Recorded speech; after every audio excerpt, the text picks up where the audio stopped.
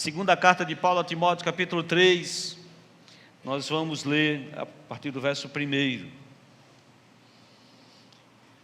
Mas você precisa saber disso. Dias sobrevirão, os últimos dias sobrevirão tempos difíceis.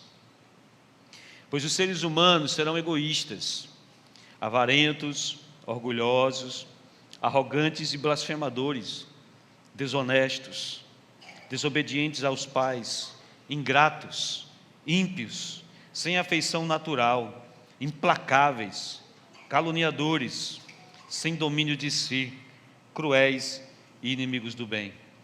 Serão traidores, atrevidos, convencidos, mais amigos dos prazeres do que de Deus, tendo a forma de piedade, mas negando o poder dela.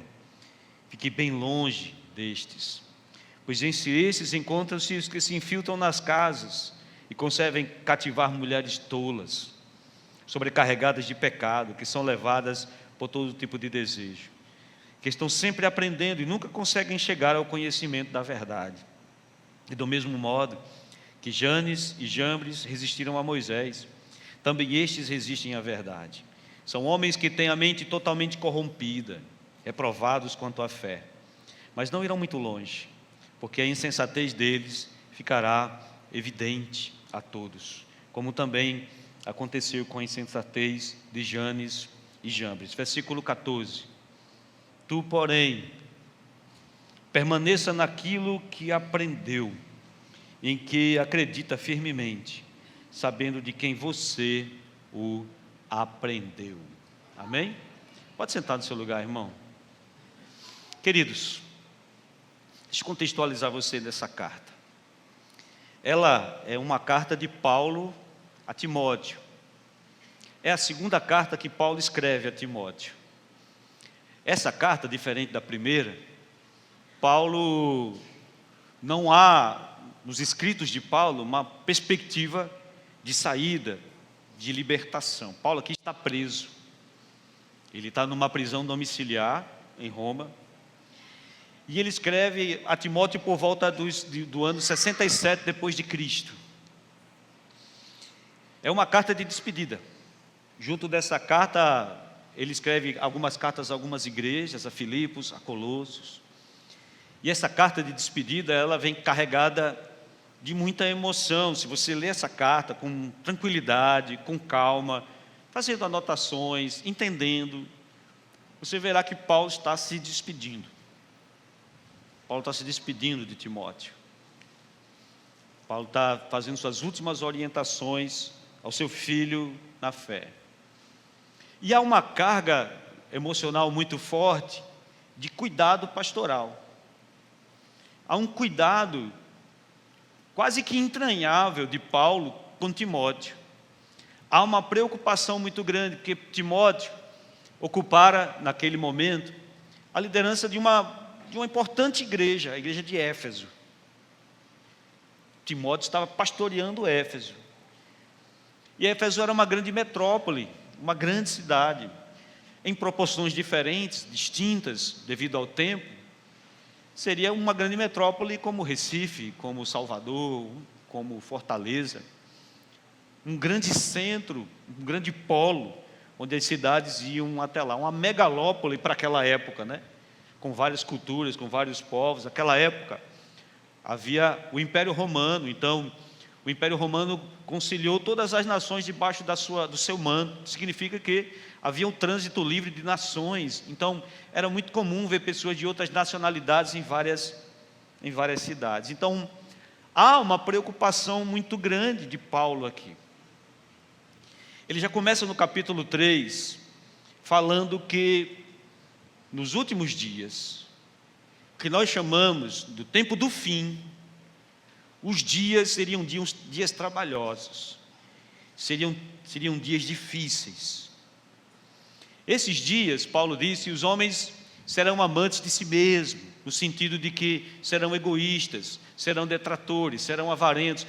Se você ler a primeira carta de Paulo, se você ler Romanos, capítulo 1, a partir do verso 23, Paulo vai estar num contexto muito parecido com esse, falando sobre a queda do homem, sobre o caminho que a humanidade trilharia. O próprio Jesus, falando a João no Apocalipse, diz que nos últimos dias, nos últimos tempos, aqueles que eram pecadores se tornariam mais pecadores, aqueles que eram justos se tornariam mais justos, ou seja, aquele que é sujo, o texto do Apocalipse diz, suje-se cada vez mais, aquele que é santo, santifique-se cada vez mais.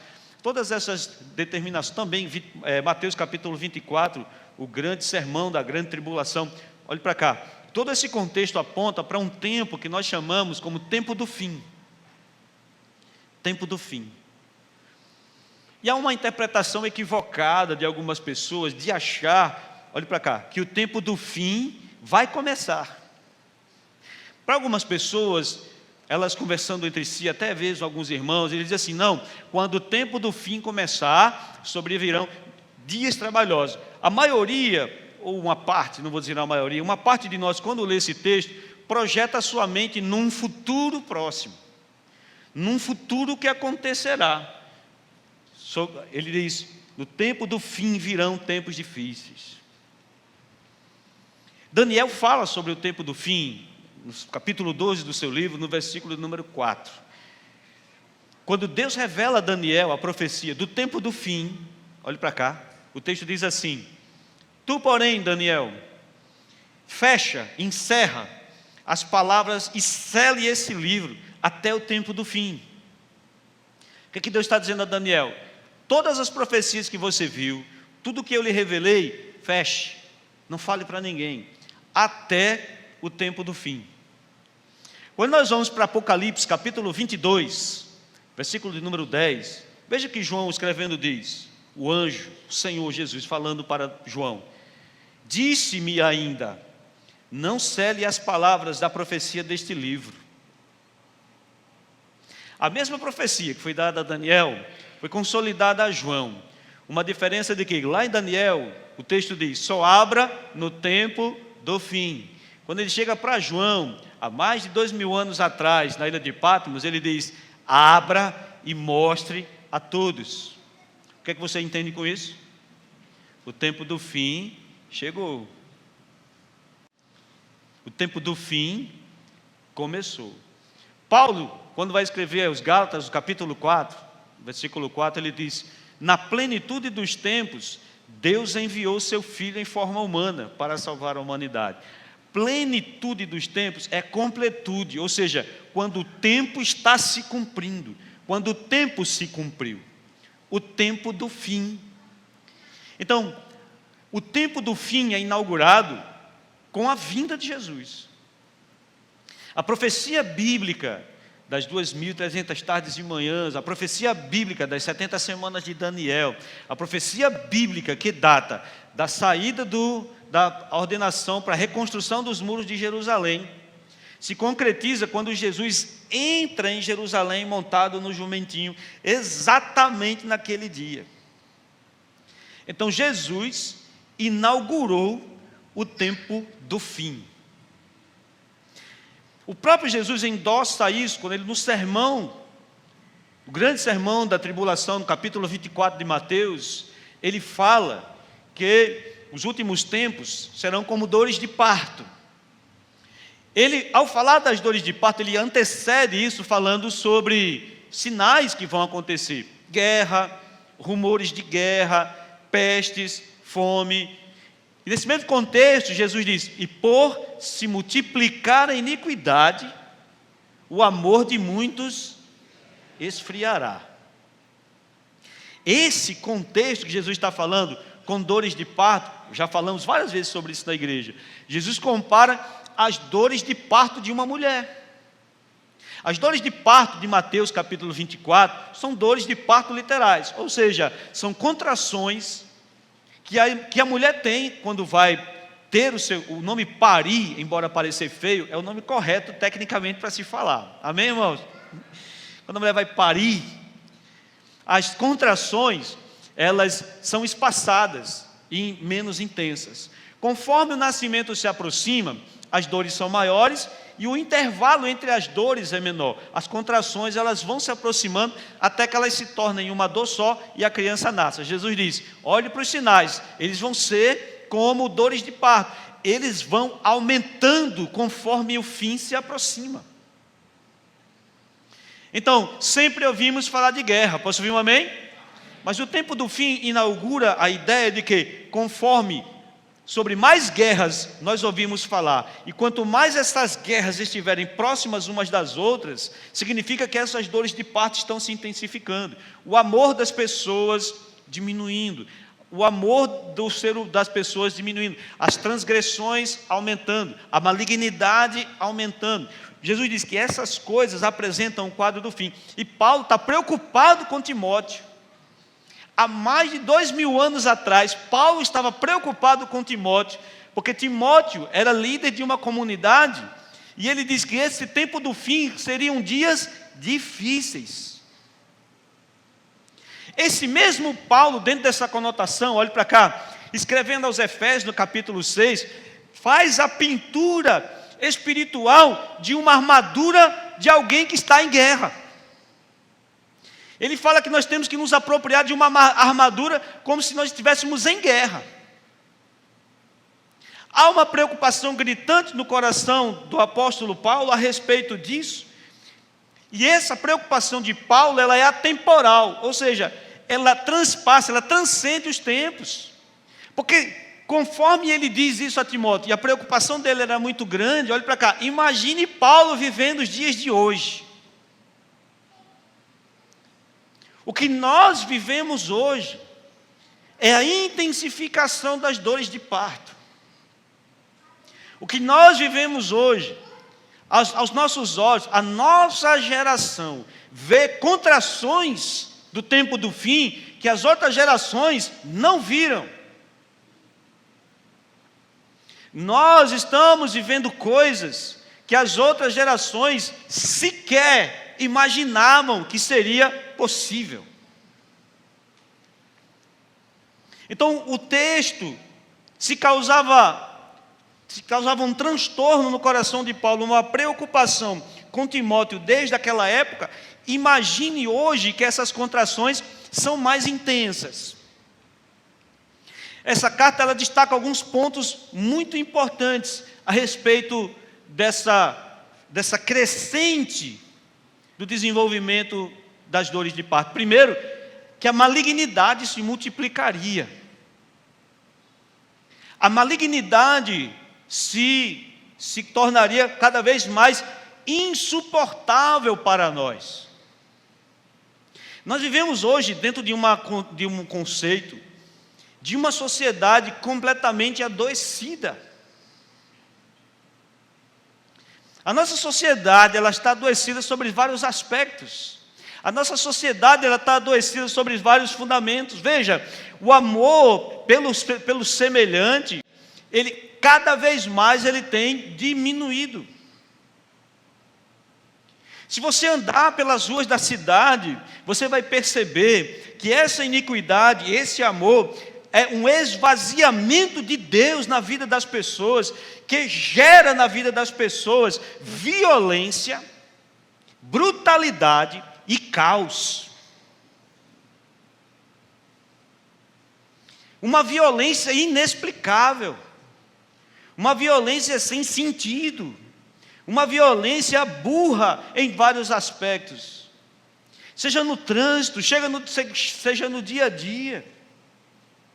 Todos nós fomos assombrados essa semana, ao ver a imagem de uma jovem sentada no metrô, quieta, parada, inocente, e alguém ali, olha irmão, olha para cá, deixa eu dizer um negócio para os irmãos.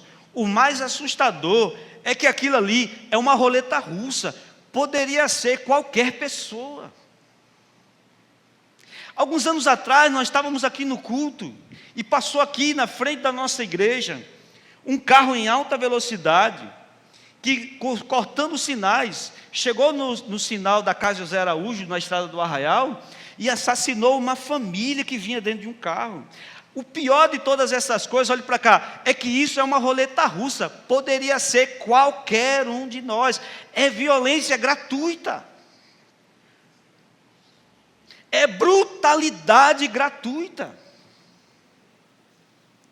E quando nós olhamos para tudo isso, e quando nós olhamos para esse contexto, nós vamos perceber que com o passar do tempo, irmão, olha isso, essa mensagem profética, ela não é minha, eu não seria tolo de dizer que eu estou dando uma mensagem profética, essa mensagem profética é uma mensagem profética da Bíblia. Os homens se tornarão ainda mais brutais. A sociedade se tornará ainda mais violenta, ainda mais adoecida, ainda mais esvaziada de Deus, porque essa é uma das dores de parto, ou seja, é um dos sinais. E o texto chega a dizer, Jesus falando no capítulo 24 de Mateus, que a perseguição contra a igreja, Jesus ele diz o seguinte: muitos acharão um favor matar um de vocês ou levar um de vocês aos tribunais. Ele está falando para os seus discípulos, ele está falando que a brutalidade humana, ela vai encontrar uma barreira na igreja, e a igreja será combatida por essa brutalidade humana. Eu não sei como você ficou durante essa semana, mas essa semana me fez ficar extremamente reflexivo. Com o caso que aconteceu nos Estados Unidos com o Charlie Kirk, sentado numa banquinha com o microfone na mão, e foi fuzilado, sem nenhuma chance de defesa, e pessoas comemoraram o abate de um crente, comemoraram o assassinato de um servo de Deus, comemoraram o assassinato de um pai de família, que as suas filhas e sua esposa estavam assistindo no lugar. O povo está doente. A brutalidade humana tem crescido, irmão, de maneira assustadora, e vai crescer ainda mais, porque é uma das dores de parto, e parece que alguns de nós estão num playground. Parece que alguns de nós não estão atentos ao que o mundo acontece. Um teólogo chamado Karl Barth, ele dizia: leia a Bíblia com a mão e o jornal do dia com a outra, ou seja, contextualize o que está acontecendo. O que acontece não é guerra política, não seja tolo. O que acontece não é guerra ideológica, não seja tolo. O que acontece é uma batalha espiritual nas hostes. E nós estamos brincando de igreja. E nós estamos brincando enquanto o caos se instala nas hostes espirituais. A brutalidade se perpetuará, o texto diz, Paulo diz, tenha cuidado com esses homens. Veja o que diz o versículo de número 5, se afaste dessas pessoas, fique longe delas. O texto mostra de uma maneira bem clara, e ele fala disso não só no contexto externo, ele fala também no contexto interno, no contexto da igreja, onde o diabo infiltraria pessoas, onde o diabo colocaria seus enviados, falsos crentes. Quando ele cita Janes e Jambres, que resistiram a Moisés no deserto, quando você vai ler a tradição oral, os historiadores, como Flávio José, entre outros, eles vão dizer que Janes e Jambres eram magos no Egito. Eram magos, pagãos no Egito. E quando Israel sai, eles saem convertidos com o povo de Israel e incitam o povo de Israel a construir o bezerro de ouro. Estavam no acampamento, estavam no arraial, mas não cumpriam os princípios de Deus. O mais assustador é que eles vão se infiltrar nas igrejas, andam como nós, falam como nós. São igrejas que estão aí disseminando heresias, e nós estamos observando como se estivéssemos brincando num parque de diversões. Nós estamos em guerra. Nós estamos em guerra espiritual. Existe um exército diabólico desse exato momento, nas miríades espirituais, marchando contra nós, e nós estamos olhando para as coisas como se elas fossem as coisas mais normais do mundo. É por isso que precisamos despertar e entender o que a Bíblia fala a respeito destas coisas. Não me importa a sua ideologia, não importa a minha ideologia, importa que os princípios de Deus estão sendo vilipendiados e há um exército satânico marchando contra os filhos de Deus. Há um exército diabólico maquinando suas intenções contra a igreja. Quem está me entendendo diz amém. Pressionando os verdadeiros filhos de Deus.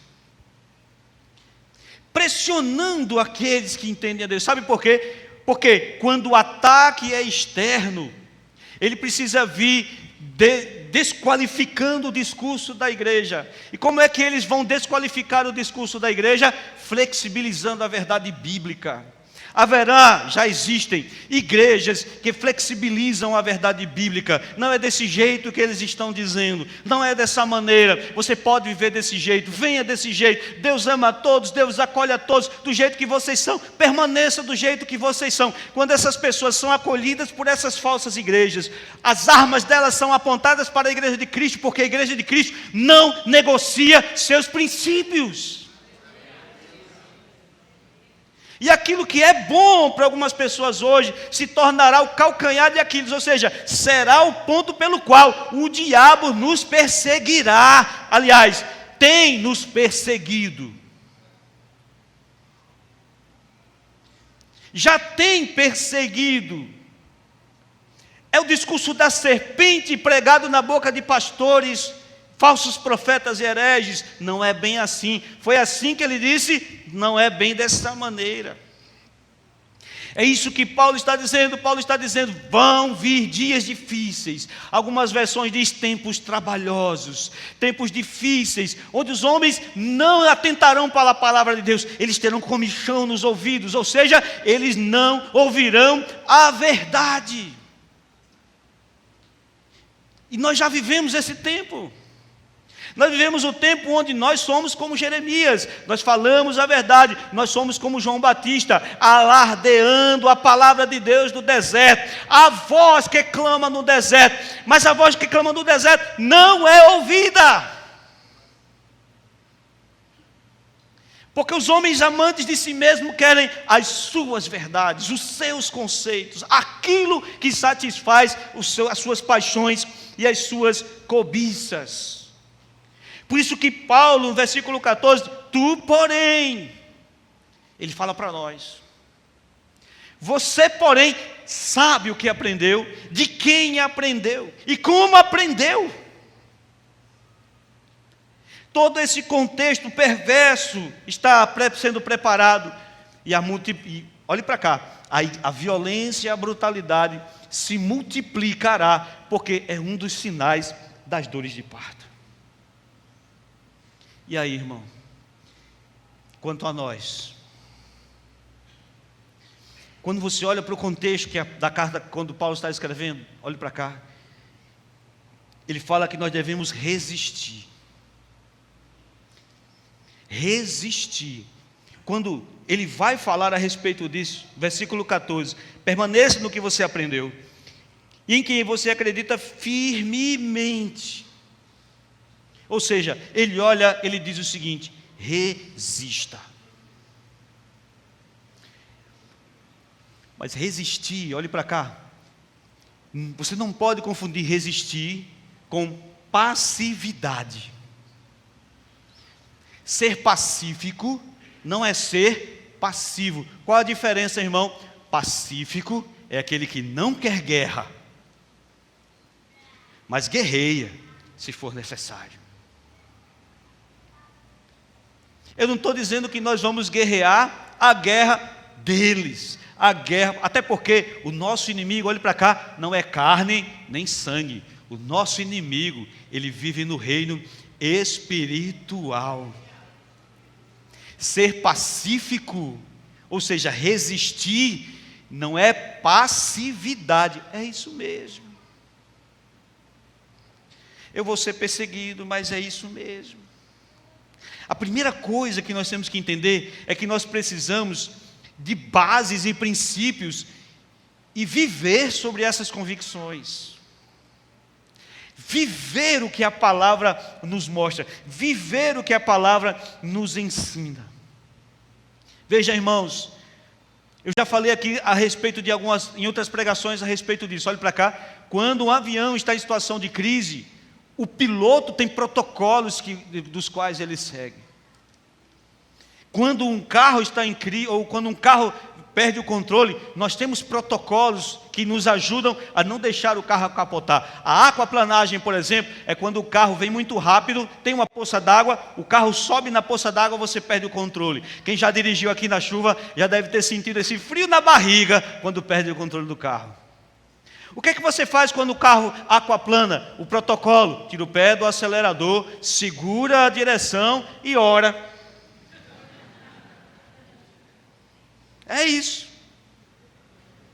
Sim ou não? Quem dirige aí? Sim ou não? Vai frear, mexa o volante, tira o pé do acelerador, firma o volante. Senhor, agora não. Protocolos. Qual é o protocolo de uma guerra espiritual? Qual é o protocolo de uma guerra espiritual? Tem shopping hoje no culto. Deus vai entender, né? Eu já fui para o culto domingo, vou para o shopping. Ah não, hoje não dá para. Hoje eu estou tão cansado. A semana foi tão puxada, não foi, irmão? Sim ou não? Quero falar para o irmão que ficou em casa porque está cansado da semana do trabalho. Você pode botar essa câmera aqui para mim, Rodrigo? Deixa eu olhar para o irmão que está em casa. Para você, meu irmão, que está cansado em casa. De uma semana intensa de trabalho que você teve. Trabalho cansativo. Vamos orar para você perder seu emprego. Aí você vai ficar, não vai descansar, sim ou não? Vai, sim ou não? Se o seu trabalho está te cansando a ponto de impedir você de vir para a igreja, eu vou orar. É como uma história de um pastor do interior. Os irmãos não iam para a igreja, De repente chegou uma família, mãe, pai, 2 filhos, segurando o filho menor no braço. Pastor, me socorra. Isso que foi? Uma cascavel picou o meu menino. Ore aqui por ele, no culto. Pastor, oro sim, traga ele. Mas antes deixa eu fazer a oração. Senhor, manda essa cobra nas outras casas.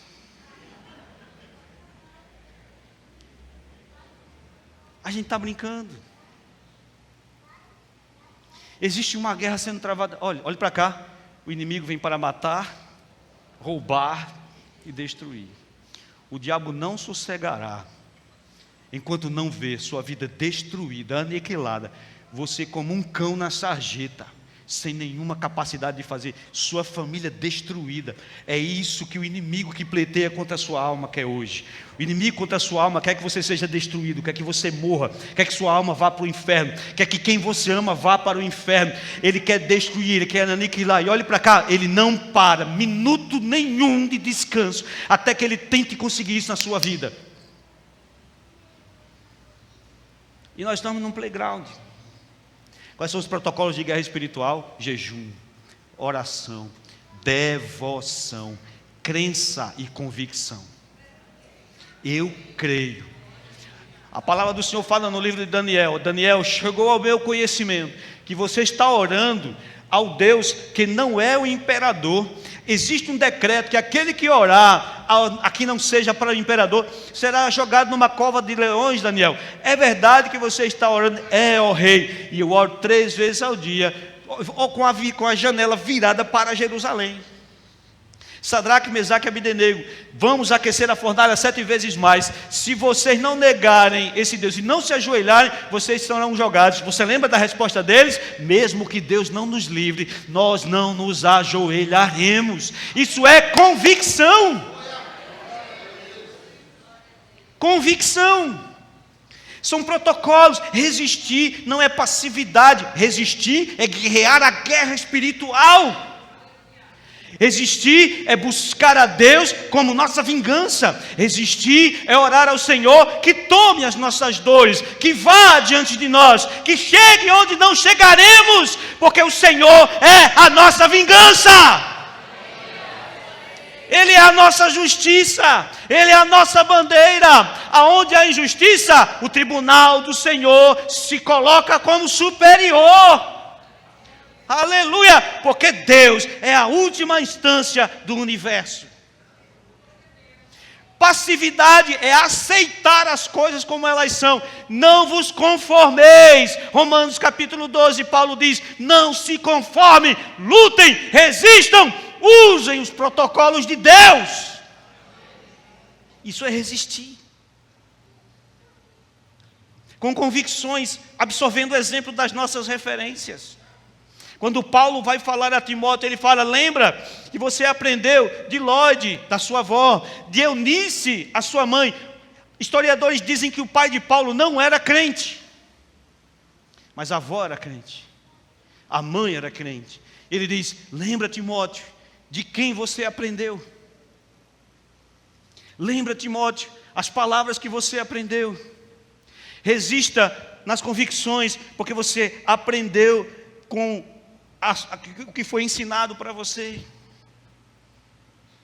E aí vem um ponto muito importante, olhe para cá: de quem temos aprendido. Se acreditamos no que temos ouvido, olhe para cá, são nossas convicções que vão nos levar até o fim da nossa jornada. Se a gente não tiver convicção, o horror do mundo fará com que a gente fique pelo caminho. Porque Jesus em Mateus 24 diz que o horror é tão grande que ele tem que abreviar os dias para que os escolhidos não se percam. E nós temos visto isso, sim ou não, meus irmãos? Então, resistir usando os princípios de Deus, resistir absorvendo as referências, resistir conhecendo as profecias. O que é que Paulo diz? Tu, porém, resista no que você aprendeu. Mas olhe para cá, precisamos aprender, irmãos. Essa mensagem do domingo, embora ela seja de 40 minutos, olhe para cá, ela não te alimenta o necessário para a sua vida diária, irmão. Precisamos aprender mais de Deus. Precisamos experimentar mais de Deus. Quando o seu tanque estiver esvaziando, irmão, corra para a oração para encher o seu tanque com o Senhor. Oh, aleluia. Precisamos de Deus, irmãos. Precisamos aprender mais de Deus. Precisamos buscar o conhecimento de Deus. Precisamos nos aprofundar, querido. Olhe para cá. Você que chegou aqui oprimido por alguma circunstância da vida. Você chegou aqui oprimido por alguma situação ou alguma circunstância. Olhe para cá. Deus não quer você na opressão. Deus não quer você resistindo passivamente. Corra para a sua batalha. O seu campo de batalha é o quarto de oração, é o jejum, é a oração, é a busca incessante pelo Senhor, é a imprecação do que Deus pode fazer na sua vida. Senhor, vai lá e toma as minhas dores. A palavra diz que o rei Ezequias chegou na igreja, no templo, abriu as cartas de Senaqueribe e disse: Senhor, essas afrontas não são contra mim, essas afrontas são contra o Senhor. Ele desafiou o Deus vivo. Ore, Senhor, vai lá. Senhor, julga a minha causa. Senhor, faz justiça. Senhor, Tu és o dono da justiça, Tu que dominas os corações dos homens. Senhor, faz justiça ao Teu Filho. E a palavra do Senhor diz que nós temos que importunar, se for necessário, o Rei dos Reis. Faz justiça para mim, Senhor. Faz justiça para mim, Senhor. Vai lá, Senhor, toma frente, Senhor. Quem me entende diz amém. E conhecer as Escrituras e conhecer as profecias. Quem conhece as profecias não se assusta. Quem conhece as profecias entende. Opa, Deus está nesse negócio aí. Deus disse que ia fazer assim, e assim está acontecendo. O amor está se esfriando. E para nosso medo, esse amor que está se esfriando Não é lá fora, não. Porque lá fora nunca teve. Está esfriando dentro. Dentro. Todas as vezes que negligenciamos, todas as vezes que colocamos as coisas, Deus em segundo lugar, nosso amor está esfriando, irmãos. Eu vinha lamentando esses dias. Eu disse, Senhor, não deixe. A gente vinha conversando, a gente vinha lamentando, Senhor, não deixe eu perder o calor dos primeiros anos da minha conversão. Senhor, não deixe que esses... Me deixe extravasar um pouquinho, posso? Amém? Não deixe esses filhos de Satanás, esses filhos do cão, tirarem o brilho da alegria em nossos corações. Oh, aleluia.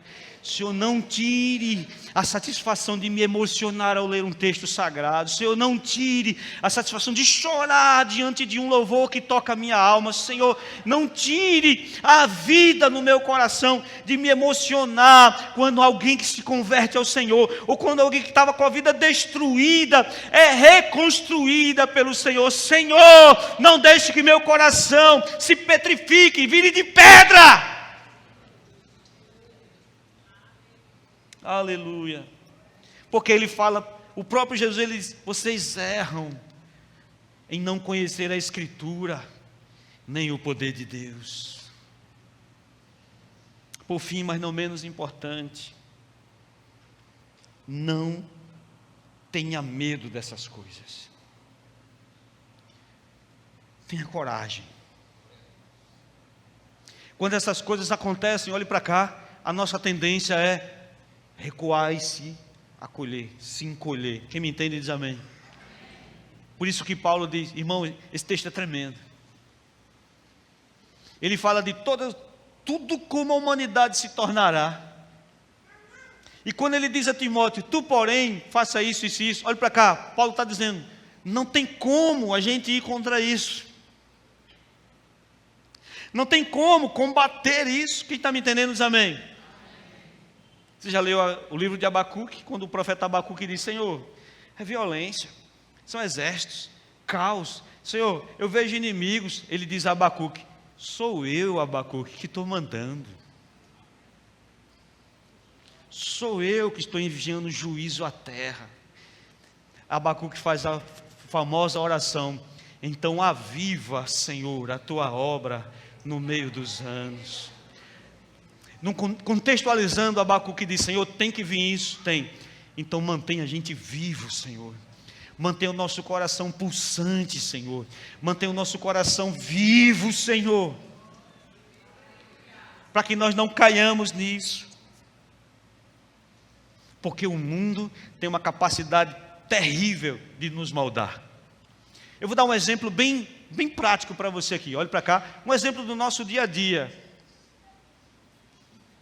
Você sai de casa, hoje vou seguir no trânsito fielmente os preceitos do Senhor. Olhe para cá, não vou me estressar. Diga amém. Nós fomos promovidos. Você sabe que o Recife está ganhando uma disputa de todas as capitais do Brasil. É o pior trânsito do Brasil. Estamos bem. Vou andar direitinho. Posso ir um amém? Aí você está lá, irmão, ó. Aí lembra, olhe para cá. Algumas ruas, algumas rotatórias. Tem a rua que você vai dobrar e tem a rua que segue em frente. Aí você para direitinho. Na rua que você vai para a rotatória. É assim ou não é? Aí você vai ali, olha. Meia hora. Naquela pisadinha de grilo. Aí quando você está bem pertinho, o que é que acontece? Um espertinho faz assim, ó.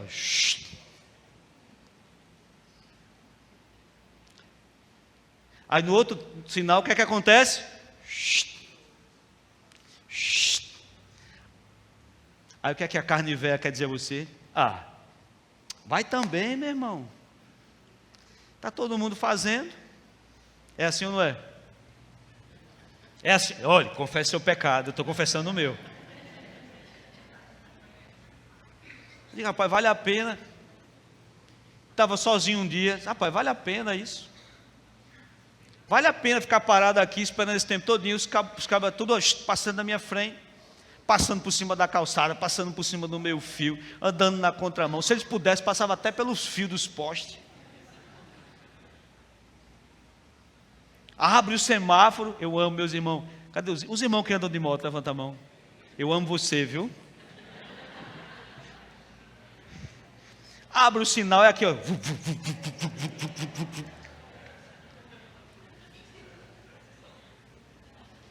Eu vou confessar outro pecado para você. Aí dá vontade de fechar o corredor para não passar ninguém. Aí dá vontade de encostar no carro da frente para o motoqueiro não fazer isso, Senhor. Aí eu me lembro de vocês que levantaram a mão, meus irmãos. Aí um dia eu nessa volúpia, aí eu parei e disse: que é isso? Vou colocar aqui um louvorzinho e vou de boa. Deixa aí. Aí dura 1 hora ou 2, aí volta de novo. Mas estou tentando, pode vir uma meia hora por mim, viu, irmão? Amém? Não faço mais nada errado, irmão. Dentro do limite é aceitável, né? Mas veja que isso vai nos dominando. Ele diz: você não pode ir contra isso. Você não vai vencer isso. Porque se você for brigar com um porco na lama, o porco tem vantagem.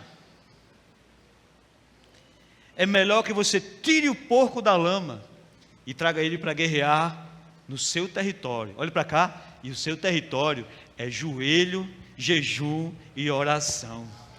Diga amém aí, irmão, em nome de Jesus. Paulo está dizendo a Timóteo: eu estou caminhando para o fim. Este mundo terrível não te vencerá. Esse mundo terrível não vai fazer você sucumbir. Por isso que ele diz: tu, porém, permaneça firme no que você aprendeu. Querido, olhe para cá. É a única coisa que vai nos fazer chegar ao fim da nossa jornada, as convicções que temos em Cristo Jesus. Não nos permitir odiar, não nos permitir violência, não nos permitir acusar. Olhe para cá, a nossa guerra é vencida no reino espiritual, pois Javé, Jeová, é a nossa justiça. Então, enquanto eles gritam do outro lado do vale, como Golias gritou, você vai a ele em nome do Senhor dos Exércitos. Então, quando o diabo utilizar os seus para roubar a sua paz, olhe para cá, você lembre-se que existe um Deus que move a mão dele ao seu favor e que age de maneira invisível para operar justiça em favor dos seus. E todas as vezes que Deus fizer justiça, regozije-se no Senhor, porque o Senhor é a nossa justiça. Permaneça firme, ele diz. Ele fez você a sua imagem. Por isso que eu encerro falando sobre João capítulo 14, a partir do verso 1, ele diz: não se turbe o vosso coração, creia em Deus, creia também em mim. Na casa do meu Pai, se não fosse assim eu não teria dito. Eu vou preparar um lugar, para que onde eu estiver, vocês estejam também. Resista até o fim, porque a sua identidade, olhe para cá, é a identidade de filho. Filho. O diabo quer roubar a sua coroa. O diabo quer roubar aquilo que é mais precioso, que é a sua salvação. Tu, porém, resista. Resistir não é ser passivo. Quem me entende diz amém. Defenda os seus. Defenda os seus irmãos. Não fique quieto e nem fique calado. Eu vou encerrar com uma história. Conta-se uma história que moravam no mesmo prédio um rabino, um padre e um pastor. Inventaram uma crise, inventaram uma perseguição, começaram a perseguir os judeus. A polícia chegou no prédio, levou o rabino. O vizinho, que não era nada, olhou para o pastor e para o padre e disse: vocês não vão fazer nada? Eles disseram: não, eu não sou judeu. Alguns meses depois, começou-se outra perseguição, agora contra os católicos. A polícia veio, levou o padre. E o vizinho perguntou ao pastor: o senhor não vai falar nada? Ele disse: não, eu não sou católico. Depois de certo tempo, adivinhe, vieram buscar o pastor. Quando o pastor quis gritar, não tinha mais ninguém para gritar por ele. A dor do outro é a minha dor. Martin Luther King dizia assim: uma injustiça realizada em qualquer lugar do mundo é uma injustiça contra mim. Não viva no mundo como se você não sofresse nenhuma das consequências desse mundo. Quando você vê injustiça, ore contra a injustiça. Quando você vê perseguição no seu trabalho, pode ser contra você não, pode ser contra outro, olhe para cá, ore por aquela situação. Nunca permita que a luz de Deus que habita no seu coração se apague. Não se dê o direito de odiar. Não se dê o direito de dar a resposta do mesmo nível do porco, porque o porco está na lama, e o Senhor chamou você para brilhar como filho, para sentar na mesa. Você não está mais em Lodebar, você não está mais no chão, na escória, não. Quando o Senhor te chamou, Ele te deu vestes novas, Ele te deu sandálias novas, Ele colocou um anel, uma aliança na sua mão, para declarar a sua identidade de filho. Fique de pé, igreja, em nome de Jesus. Oh, aleluia. Estamos aqui como um exército do Senhor, como uma igreja do Senhor, como povo santo, lavado, remido de boas obras. Não vamos permitir de forma nenhuma que essas coisas roubem de nós a certeza de que Deus está no controle, de que Deus está no comando. Acima de todas essas coisas, ei, olhe para cá, existe um trono. O salmista diz que existe um trono, e as águas que correm do trono são águas tranquilas. Quem me entende diz amém.